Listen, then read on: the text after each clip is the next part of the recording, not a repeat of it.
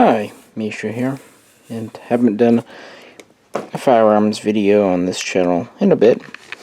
And a question that people sometimes ask is to see an AK imported in sporter form. And most recently about the Polish WBP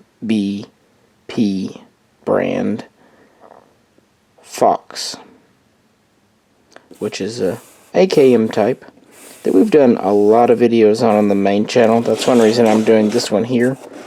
So I thought I would show you the box these come in. This is straight from being imported. This isn't the ones that Atlantic sells, are the same base rifle. They professionally de-sporter them, I guess you could say. And I do it here too, but not as professional as them, I'm sure. But yeah, this is the box that comes in. Just plain cardboard, nothing fancy. The guns do come pretty well wrapped up and kind of foam. Not really much included. Just this little foam piece, which is actually here for the charging handle. There's also a basic manual.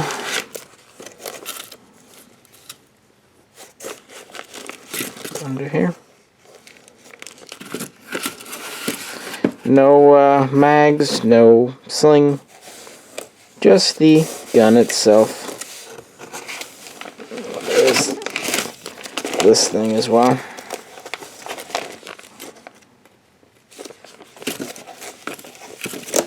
More paperwork. But yeah, that's basically what you get. So, yeah, it has this foam on it, so we'll need to cut it.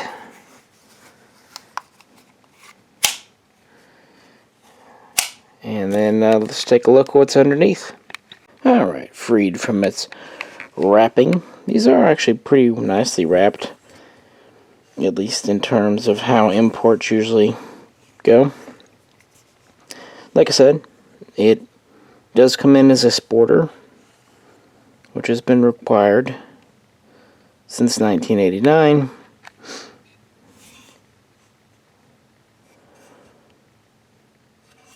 But pretty much as minimalistic as possible. And this is pretty much a standard AKM, meaning it has a 16¼ inch cold hammer forged chrome lined barrel. The barrels on the WBPs are actually manufactured in FB Radum's factory. It takes standard AKM handguards right out of the box. The bottom one has the heat shield, pretty standard. Standard AK sights, adjustable for elevation. It has the kind of modern style gas block, typical front sight. Notice it does have a cleaning rod under the barrel. One thing, the bolt carriers come in the white. Now this isn't bare steel. Some people have thought it was nickeled. It's not nickeled or chromed. It is steel. Just think of it as like stainless steel. It is treated, it won't rust on you. The reason WBP does this, aside from it just looks cool, it's easier to clean, it wipes off very easily, and because it doesn't have paint or phosphating on it, it gives a very smooth travel when you pull it back. And keep in mind the original AK-47s, AK Type 3s, they also had their bolt carriers in the white if you look at pictures. We have a pretty standard safety. It moves easy enough, not too loose, not too tight. Standard 1.0 millimeter stamped receiver, AKM style.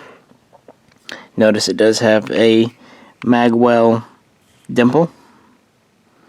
It has the slightly thicker, smooth top cover, as seen on some guns like the Tanto. It's a little bit beefier. In the back, it's very clearly a square cut, not a slant, so that means it takes standard buttstocks and pistol grips. For importation, it has this skeletonized stock on it, made out of the same kind of polymer as the handguards.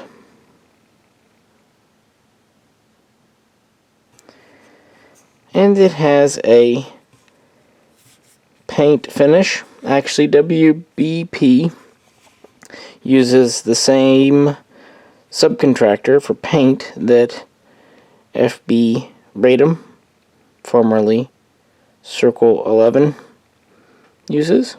So that's good. So let's check out the other side. So here we have her flipped over. Barrel is identical on this side, except we have the front sling mount here.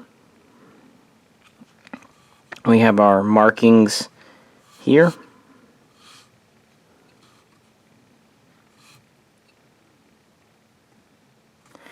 We have a traditional AKM side scope mount riveted onto the side. We also have correct XY stampings for the fire control group FCG pins. There's actually unused stamping there where if this were a full auto, the auto seer pin would go. The reason they put these stampings for the pins is for reinforcement, and also it helps center the pins when you're drilling the hole. So all around a good thing. Pretty standard AK mag catch. Standard trigger guard. Comes with the standard semi-auto only trigger. One unique feature, it uses the same scope mounting system as Poland's current issue military rifle, the WZ-96 Beryl. It's not barrel, it's Beryl. Promise you. Which goes over the top. Notice there is a cutout here on this side of the rear sight base. There's another one on the other side. And then in the back, there's this nub. There. And that just locks down. It's designed to be quick detaching and also able to return to zero.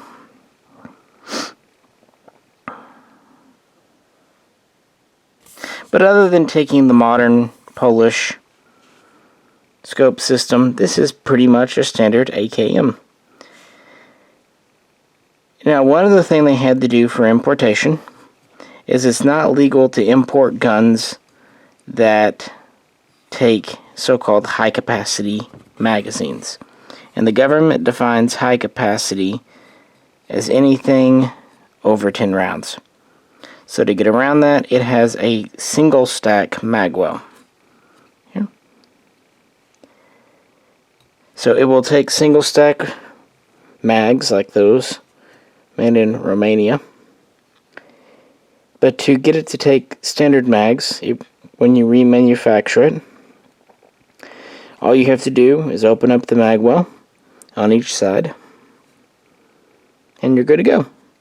The mag catch doesn't really need much. It might need a slight minor tinkering, but that's probably not going to be the case.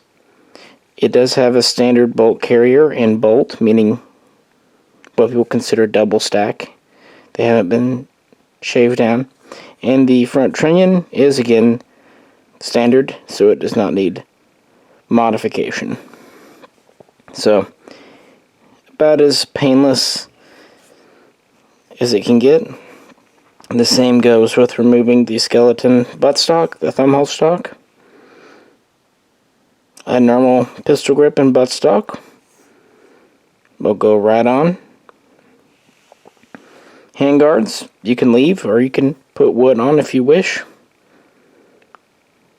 As for the front end, it is not legal to import a gun with a threaded muzzle. So what they do, this is not threaded at all, it never was, meaning you can very easily thread it 14 by 1 left hand, since it never had threads. It even still has the hole in the front sight base for the detent pin. All you have to do to install it is put this front pin out, put it in, put it back in. Bayonet lug.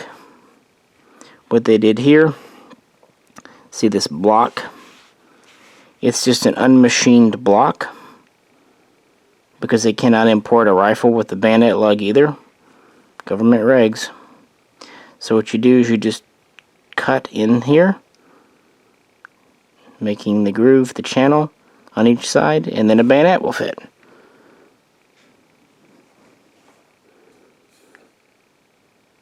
And so that's basically what Atlantic and others do. Thread the barrel, cut the bayonet lug open, cut the magwell open, and install whatever furniture the customer desires. I will show you mine that I've fully converted, and we'll wrap things up after that. Alright, so again, as imported before being touched in the USA, here, and mine that I converted using Polish burial furniture. And it was a pretty straightforward, no fuss process. Just threaded the barrel 14 by 1 left hand, installed the burial style brake. Actually, this brake was made by Atlantic Firearms and is identical to the burial one, except for the burial one is just pinned on. This one actually screws on. Here is the bayonet lug. Notice mine has a slightly different style of gas block. My rifle is a pre-production one, so it's got a few minor differences in parts like that. No big deal. Got a burial handguard on it. Still got the polished bolt. Very smooth. Takes standard mags now. Standard pistol grip on here. For fun, I put a locking dust cover latch. I don't know, just because I could. Why not? And then a burial early style side folding buttstock. Oh, maybe. Sorry that I could do this one-handed. Quit being a jerk. There we go. As you can tell, the stock is plenty stiff. Boop. Spring-loaded. The only thing to note when you're doing the stocks, because of the burial style plate, this section in the back is squared off a bit. You have two options. You can either machine the edges off this square, making it standard dimension, or you can just inlet the stock to accept the square back here. Obviously, if you're doing like a wood stock or something, this is easy. Sometimes with certain side folders made of metal or whatnot in the US, you might want to just trim the back of your gun. Your choice. But the trade-off is you're able to use one of the best scope mounts made for a Kalashnikov. I decided to throw one on. Took me about 5 minutes. When these are brand new, they're a little stiff. All you do is you just put it in the front. It kind of hinges in the front and then folds down. Levers here. This little throw lever. And it mounts on the back. And it gives you quite a low mount. For an AK at least. These are designed to be as lightweight as possible. They also still allow you to use the iron sights.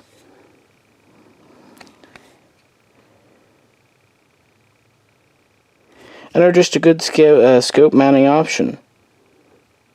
Very stable, very sturdy, and will return to zero. So you can make yours into a modern tactical like this one, or you just as easily could put traditional wood furniture on it to go for a classic 60s or 70s AKM look. Honestly, with this bolt carrier being in the white, it does kind of resemble the earlier Polish guns.